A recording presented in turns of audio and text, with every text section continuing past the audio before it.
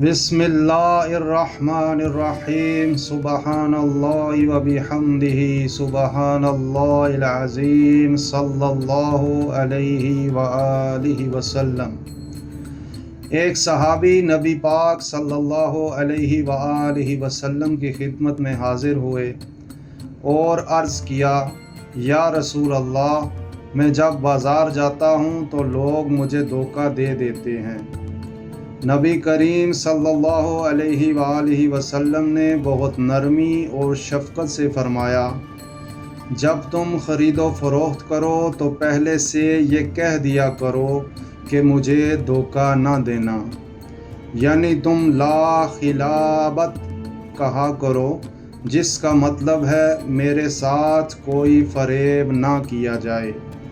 اس نصیحت کے بعد جب وہ صحابی جب بھی بازار میں کوئی لین دین کرتے تو یہی جملہ ادا کرتے، اور اس طرح اللہ کے فضل سے وہ دھوکہ دہی سے بچ گئے۔